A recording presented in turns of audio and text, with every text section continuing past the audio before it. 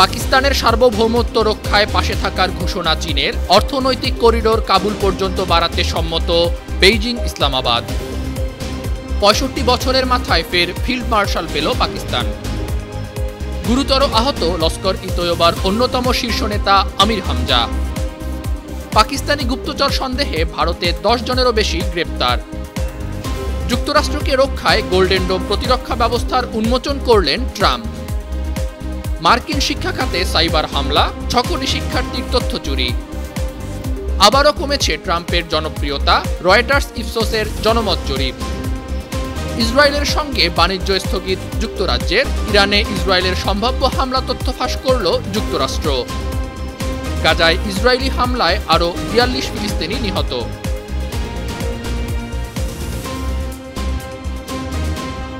সুপ্রিয় দর্শক, এতক্ষণ শুনছিলেন সংবাদ শিরোনাম।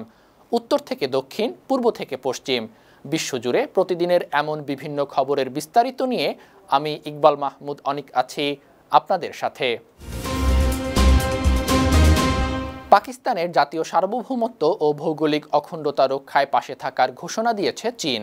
ভারতের জম্মু ও কাশ্মীরের পেহেলগামে বন্দুক হামলাকে ঘিরে নয়াদিল্লি ও ইসলামাবাদের সামরিক উত্তেজনার প্রেক্ষাপটে এ ঘোষণা দিল বেইজিং।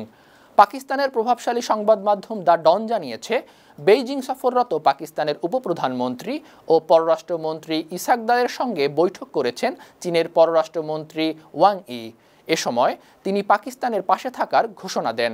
বৈঠকে পাকিস্তান ও ভারতের মধ্যে বিরোধ শান্তিপূর্ণভাবে আলোচনার মাধ্যমে নিষ্পত্তি হওয়া উচিত বলেও মন্তব্য করেন চাইনিজ পররাষ্ট্রমন্ত্রী।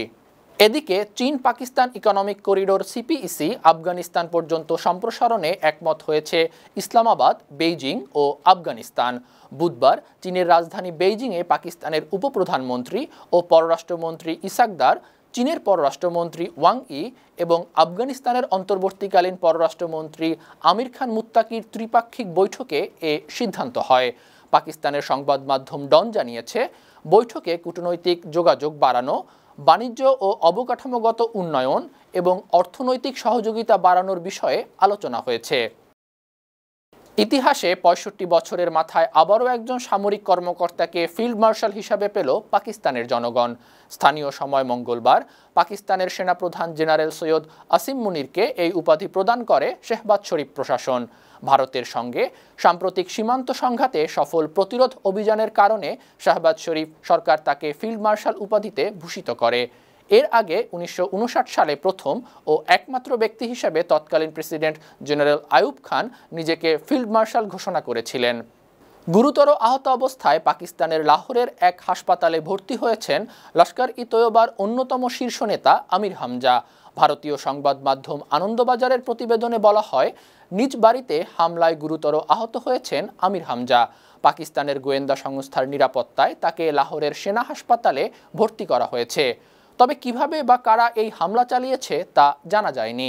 পাকিস্তানের পাঞ্জাব প্রদেশের বাসিন্দা আমির হামজাকে ২০১২ সালে আন্তর্জাতিক জঙ্গি হিসাবে ঘোষণা করে যুক্তরাষ্ট্র। তিনি লস্কর-ই-তৈয়বা প্রধান হাফিজ সাইদ ও আব্দুল রহমান মাক্কির ঘনিষ্ঠজন। এদিকে পাকিস্তানের হয়ে গুপ্তচরবৃত্তি করার সন্দেহে স্থানীয় এক ইউটিউবার, একজন ব্যবসায়ী ও এক ছাত্রসহ ১০ জনেরও বেশি নারী পুরুষকে গ্রেপ্তার করেছে ভারতের পুলিশ। পাঞ্জাব, হরিয়ানা, উত্তরপ্রদেশ সহ একাধিক রাজ্যে অভিযান চালিয়ে তাদের আটক করা হয়েছে। তাদের মধ্যে সবচেয়ে বেশি আলোচিত হচ্ছে ভারতের উত্তরাঞ্চলীয় রাজ্য হরিয়ানার বাসিন্দা জ্যোতি মালহোত্রা। পুলিশের অভিযোগ, দিল্লিতে পাকিস্তান দূতাবাসের এক কর্মকর্তার সঙ্গে জ্যোতির যোগাযোগ ছিল। ওই কর্মকর্তাকে কিছুদিন আগে বহিষ্কার করেছে ভারত সরকার। মহাকাশে স্যাটেলাইট ব্যবহার করে যুক্তরাষ্ট্রকে ক্ষেপণাস্ত্র হামলা থেকে সুরক্ষিত রাখার জন্য গোল্ডেন ডোম ক্ষেপণাস্ত্র প্রতিরক্ষা ব্যবস্থার একটি নকশা উন্মোচন করেছেন প্রেসিডেন্ট ডোনাল্ড ট্রাম্প। এই উচ্চাভিলাষী কর্মসূচির নেতৃত্ব দিতে একজন স্পেস ফোর্স জেনারেলকেও নিয়োগ দিয়েছেন তিনি। চীন ও রাশিয়ার হুমকি প্রতিহত করতেই $১৭৫ বিলিয়ন বা ১৭,৫০০ কোটি মার্কিন ডলার খরচ করে এই প্রকল্প বাস্তবায়ন করা হবে। বাংলাদেশি মুদ্রায় এই খরচের পরিমাণ প্রায় ২১,১৯,৫০০ কোটি টাকা। স্থানীয় সময় মঙ্গলবার হোয়াইট হাউসে সংবাদ সম্মেলনে মার্কিন প্রেসিডেন্ট ট্রাম্প বলেন, গোল্ডেন ডোম ক্ষেপণাস্ত্র প্রকল্প যুক্তরাষ্ট্রকে রক্ষা করবে। এদিকে মার্কিন যুক্তরাষ্ট্রের শিক্ষা খাতে বড় ধরনের সাইবার হামলা হয়েছে। দেশটির সবচেয়ে বড় শিক্ষা সফটওয়্যার কোম্পানি পাওয়ার স্কুলের সাইবার সুরক্ষা ভেদ করে লাখ লাখ শিক্ষার্থী ও শিক্ষকের তথ্য চুরির খবর বেরিয়েছে। এই ঘটনায় গ্রেপ্তার ১৯ বছর বয়সী তরুণ হ্যাকার ম্যাথিউ লেন দোষ স্বীকার করেছেন। ব্রিটিশ বার্তা সংস্থা রয়টার্স জানিয়েছে, ম্যাথিউ ফেডারেল আদালতে স্বীকার করেছেন তিনি এবং তার সহযোগীরা শিক্ষার্থীদের নাম, ঠিকানা, জন্ম তারিখ থেকে শুরু করে সোশ্যাল সিকিউরিটি নাম্বার সহ নানা গোপন তথ্য চুরি করে বিটকয়েনে $2.85 মিলিয়ন মুক্তিপণ দাবি করেছিলেন। মার্কিন প্রেসিডেন্ট ডোনাল্ড ট্রাম্পের জনপ্রিয়তা আবারও কমে গেছে।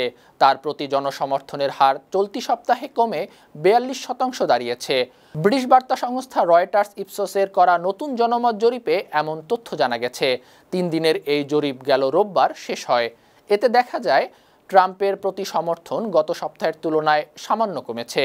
রয়টার্স ইপসোসের করা আগের সপ্তাহের জরিপে 44% মার্কিন নাগরিক প্রেসিডেন্ট হিসাবে ট্রাম্পের কার্যক্রম সমর্থন করেছিলেন। এবার সেই হার 42% নেমেছে। ফিলিস্তিনের অবরুদ্ধ গাজা উপত্যকায় ইসরায়েলি হামলা বন্ধ না হওয়ায় ইসরায়েলের সঙ্গে চলমান মুক্ত বাণিজ্য চুক্তির আলোচনা স্থগিত করেছে যুক্তরাজ্য। পাশাপাশি পশ্চিম তীরের চরমপন্থী বসতি স্থাপনকারীদের ওপর নিষেধাজ্ঞা আরোপ করেছে লন্ডন। যুক্তরাজ্যের প্রধানমন্ত্রী কিয়ার স্টারমারের গাজায় চলমান সামরিক অভিযান নিয়ে ভীত ও ক্ষুব্ধ প্রতিক্রিয়ার পর স্থানীয় সময় মঙ্গলবার এই ঘোষণা আসে। ইসরায়েলি সংবাদ মাধ্যম জেরুজালেম পোস্ট এই তথ্য জানিয়েছে। এক বিবৃতিতে জানানো হয়, যুক্তরাজ্য সরকার বিদ্যমান চুক্তির প্রতি প্রতিশ্রুতিবদ্ধ থাকলেও গাজা ও পশ্চিম তীরে ভয়াবহ নীতিমালা অনুসরণকারী নেতানিয়াহু সরকারের সঙ্গে নতুন ও উন্নততর ফ্রি ট্রেড এগ্রিমেন্টের আলোচনা এগিয়ে নেওয়া সম্ভব নয়। এদিকে ইরানে ইসরায়েলের সম্ভাব্য হামলা নিয়ে নতুন তথ্য জানিয়েছে মার্কিন গোয়েন্দা সূত্র। তারা জানিয়েছে, ইরানের পরমাণু স্থাপনায় হামলার প্রস্তুতি নিচ্ছে ইসরায়েল। বুধবার ব্রিটিশ বার্তা সংস্থা রয়টার্স এ তথ্য জানিয়েছে। একাধিক মার্কিন কর্মকর্তার বরাতে রয়টার্স জানায়, ইসরায়েল ইরানের পারমাণবিক স্থাপনাগুলোতে হামলার প্রস্তুতি নিচ্ছে। তবে চূড়ান্ত সিদ্ধান্ত এখনও স্পষ্ট নয়। মার্কিন প্রশাসনের ভেতরেও এ বিষয়ে মতবিরোধ রয়েছে। গাজা উপত্যকায় ইসরায়েলের নজিরবিহীন বিমান হামলায় আরও 42 ফিলিস্তিনি নিহত হয়েছেন। আহত হয়েছেন বেশ কয়েকজন। মঙ্গলবার ভোর থেকে বুধবার ভোর পর্যন্ত হামলায় এসব হতাহতের ঘটনা ঘটে। বুধবার কাতার ভিত্তিক সংবাদ মাধ্যম আল জাজিরা এ তথ্য জানিয়েছে। গাজার স্বাস্থ্য মন্ত্রণালয়ের হিসাব অনুযায়ী 2023 সালের 7 অক্টোবর ইসরায়েলি আগ্রাসন শুরুর পর থেকে এখন পর্যন্ত 53,500 জনেরও বেশি মানুষ মারা গেছেন। সুপ্রিয় দর্শক, এই ছিল আজকের বিশ্বজুড়ে প্রতিদিন। এমন আরও নানা খবর নিয়ে আগামীকাল আবারও আপনাদের সামনে হাজির হব। আপনাদের মন্তব্য, পরামর্শ আমাদের এই আয়োজনকে আরও প্রাণবন্ত ও সৃজনশীল করে তুলতে পারে। সেই পর্যন্ত ভালো থাকুন, সুস্থ থাকুন, 52 টিভির সঙ্গেই থাকুন। আল্লাহ হাফেজ।